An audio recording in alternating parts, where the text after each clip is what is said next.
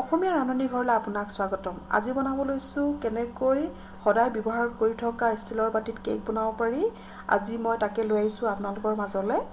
একেবাৰে সাধাৰণকৈ দেখাম, একেবাৰে চিম্পলকৈ দেখাম, যাতে নতুন শিকাৰীও এই কেকৰ ৰেচিপিটো দেখাৰ পিছত তেওঁলোকে কেক বনাবলৈ অকণো মনত সংকোচ নকৰে। গতিকে আহকচোন আজি আমি বনাওঁ সাধাৰণ ষ্টিলৰ বাটিত কেনেকৈনো আমি অতি ধুনীয়া কেক বনাব পাৰি তাকে চাওঁ। ইয়াতে মই এটা কথা উল্লেখ কৰিব বিচাৰিছোঁ যে যদি আপুনি ষ্টিলৰ বাটি সদায় ব্যৱহাৰ কৰা ষ্টিলৰ বাটিত কেক বনাব বিচাৰিছে তেনেহ'লে বাটিৰ মুখনিখন মানে বহল হ'ব লাগে বা যিকোনো ডিজাইন থকা নহ'লে বেছি ভাল হয়, কাৰণ তেতিয়া কেকটো উলিয়াবলৈ সুবিধা হয়। যেনে ধৰণৰ মই বাটি ইউজ কৰিছোঁ, আৰু এইটো বাটি হ'ল আমাৰ অফিচৰ লাঞ্চ বক্সৰ টিফিনৰ বাটি লৈছোঁ। এনেকুৱা ধৰণৰ বাটি ল'লে ভাল হয়। গতিকে আহকচোন আজি আমি বনাওঁ ষ্টিলৰ বাটিত কেক। এইফালে মই এটা কণী ল'লোঁ আৰু এতিয়া তাতে দিম চেনি মই আধা কাপতকৈ কম লৈছোঁ, বিশেষকৈ কেকটো সৰু হ'ব সেইকাৰণে। চেনি আপোনাৰ জোখমতে দিব, যদি সৰু কেক হয় কমকৈ দিব। আৰু তাতে দিব গাখীৰ মই আধা কাপতকৈ অকণমান বেছি লৈছোঁ, কিন্তু গোটেইখিনি নিদিওঁ কাৰণ আজি এই কেকটো বহুত সৰু হ'ব। এটা আনুমানিক হিচাপে আজি মই দিছোঁ।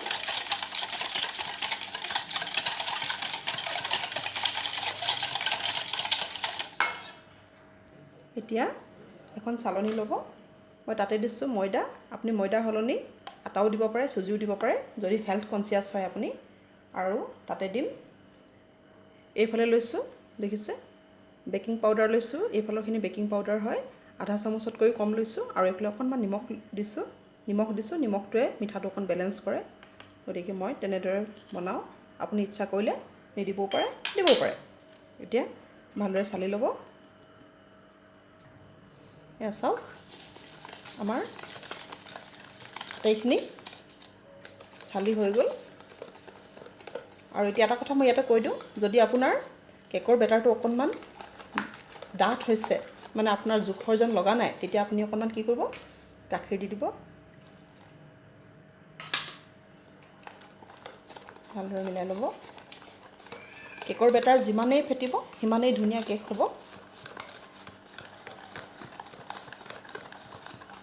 এতিয়া তাতে দিব, মই ৰিফাইন তেল লৈছোঁ আধা কাপতকৈও কম, কাৰণ আজি কেকটো একেবাৰে সৰু হ'ব, মই বাৰে বাৰে কৈ আছোঁ। তেল দি দিব। তেল কমাই খোৱাটো ভাল কথা, কিন্তু কেতিয়াবা তেল দিবলগীয়া অৱস্থা হৈ যায়। এতিয়া ভালদৰে মিলাই ল'ব। এয়া চাওক আমাৰ কেকৰ বেটাৰ ৰেডি হ'ল। আপুনি দেখিছেনে কিমান ধুনীয়া হৈছে কনচিষ্টেঞ্চিটো? এয়া চাওক খুব ধুনীয়া হৈছে। এতিয়া আমি সৰু বাটিত আমি এই কেকৰ বেটাৰটো ভৰাই লৈ বনাওঁ আহক।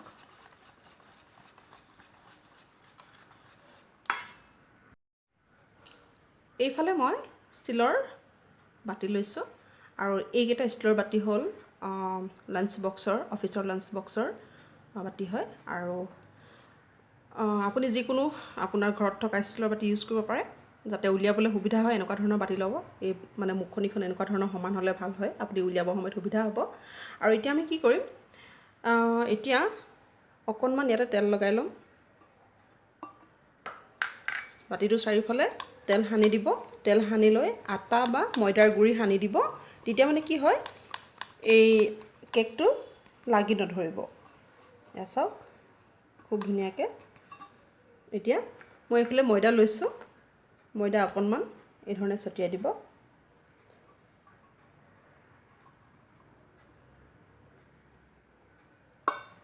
এয়া চাওক এতিয়া এই ধৰণে কৰি দিব। এই ধৰণে কৰিলে কি হয় চাৰিওফালে সমানকৈ ধুনীয়াকৈ লাগি যাব। আৰু যেতিয়া আপুনি কেকৰ বেটাৰটো দিব আপোনাৰ লাগি নধৰে, নহ'লে কি হয় আপোনাৰ কেকৰ বেটাৰটো জ্বলি যাব, লাগি ধৰিব। সেইকাৰণে জ্বলি নাযাবৰ কাৰণে এনেকুৱা ধৰণৰ কৰিবলগীয়া হয়। চাওক এই ধৰণে কৰিব ভালকৈ। এই ছাইডবিলাকতো লগাই দিব।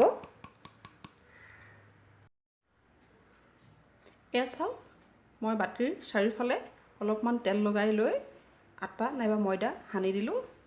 দেখিছে বাতিকেইটা খুব ধুনীয়াকৈ লগাই দিলোঁ এই আটা আৰু ময়দা।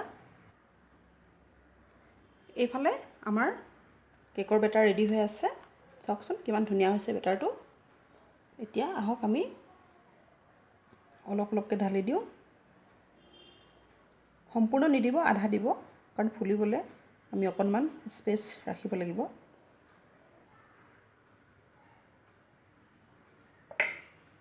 চাওক খুব ধুনীয়া হৈছে। আৰু এতিয়া মই কি কৰিম, মই এতিয়া চচপেনত পাতি দিম, নাইবা কুকাৰতো পাতিব পাৰি, একো প্ৰব্লেম নাই। এয়া চাওক, এই ধৰণে এটা চচপেন ল'ব আৰু এখন ষ্টিলৰ প্লেট নাইবা কেৰাহী বহোৱা বা কুকাৰ বহোৱা আমাৰ ষ্টেণ্ড থাকে যে, তেনেকুৱা সৰু ষ্টেণ্ডডাল দি দিব। কিন্তু মোৰ ইমানটো সৰু ষ্টেণ্ড নাই, গতিকে মই এইটো মোৰ মল্ড হয়, এইটো মল্ড হয়, মই এইটোৰ ওপৰত এই ধৰণে পাতি দিম আৰু ওপৰত ঢাকন লগাই দিম আৰু আমাৰ কেক ৰেডি হ'ব। বলক তেনেহ'লে আমি এতিয়া গেছত পাতি দিওঁ। এয়া চাওক, মই গেছত পাতি দিছোঁ। মই প্ৰথমে জুইটো অকণমান ডাঙৰকৈ ৰাখিছোঁ, তাৰ কাৰণটো হ'ল চচপেনত অকণমান পানী আছিলে, শুকাবৰ কাৰণে মই দিছোঁ। এতিয়া জুইটো কমাই দিম আৰু ইয়াৰ ঢাকনখন লগাই দিম। আপুনি ইয়াৰ ঢাকন লগাব পাৰে, নাইবা আপোনাৰ ওচৰত যদি ট্ৰেন্সপাৰেণ্ট ঢাকন আছে আপুনি তেনেকুৱাও ঢাকন লগাব পাৰে। মই এইখন ট্ৰেন্সপাৰেণ্ট ঢাকন লগাইছোঁ, কাৰণটো হ'ল মই তেতিয়া মানে মই চাই থাকিব পাৰিম তেতিয়া। আৰু যদি আপুনি কুকাৰত বনায়, এই ধৰণে আপুনি যদি কুকাৰত বনায়, আপুনি কুকাৰৰ ঢাকনখনৰ এই হুইচেলটো এইটো আঁতৰাই দিব। আৰু কুকাৰত বনালেও খুব ধুনীয়া হয়। আপুনি কুকাৰত বনাব পাৰে, নাইবা আপুনি এই ধৰণে চচপেনতো বনাব পাৰে, নাইবা আপুনি কেৰাহীটো বনাব পাৰে। এতিয়া আহক আমি 20-25 মিনিট সময় একদম কম জুইত সিজাওঁ আহক কেকটো। এয়া চাওক, আমাৰ কেক ৰেডি হ'ল। এয়া চাওক খুব ধুনীয়া হৈছে। আৰু ৰংটো আহিবৰ কাৰণে মই অকণমান ঢাকি ৰাখিছোঁ। আৰু ওপৰৰ ছাইডটো ৰংটো ৰঙচুৱা হ'বৰ কাৰণে মই ঢাকি ৰাখিছোঁ। আৰু এতিয়া অলপ ঠাণ্ডা হ'লে মই প্লেটত সজাই দিম। এয়া চাওক, আমাৰ বাতিত বনোৱা কেক অতি সহজে হৈ গ'ল। এতিয়া আপোনাৰ চিন্তা নাই, যদি ঘৰত এলুমিনিয়ামৰ একো বাতি নাথাকেও, তেনেহ'লে আপুনি আপোনাৰ সন্তানক নাইবা বিহুৱে সংক্ৰান্তিয়ে আপুনি ঘৰতে সাধাৰণ ষ্টীলৰ বাতিতে, সদায় ইউজ কৰা ষ্টীলৰ বাতিতে আপুনি কেক বনাব পাৰিব। গতিকে আশা ৰাখিছোঁ নিশ্চয় ভাল পালে আজিৰ ৰেচিপিটো। যদি ভাল পালে তেনেহ'লে লাইক, শ্বেয়াৰ, কমেণ্টছ কৰিব, লগতে ছাবস্ক্ৰাইব কৰিবলৈ নাপাহৰিব। ওচৰতে থকা বেল আইকনটো দবাবলৈও নাপাহৰিব। তেনে কৰিলে কি হয়, আহিবলগীয়া নতুন ৰেচিপিসমূহৰ ন'টিফিকেশ্যন পাই থাকিব। তেনেহ'লে আকৌ এটা নতুন ৰেচিপিৰে আপোনাক লগ পাম। নমস্কাৰ।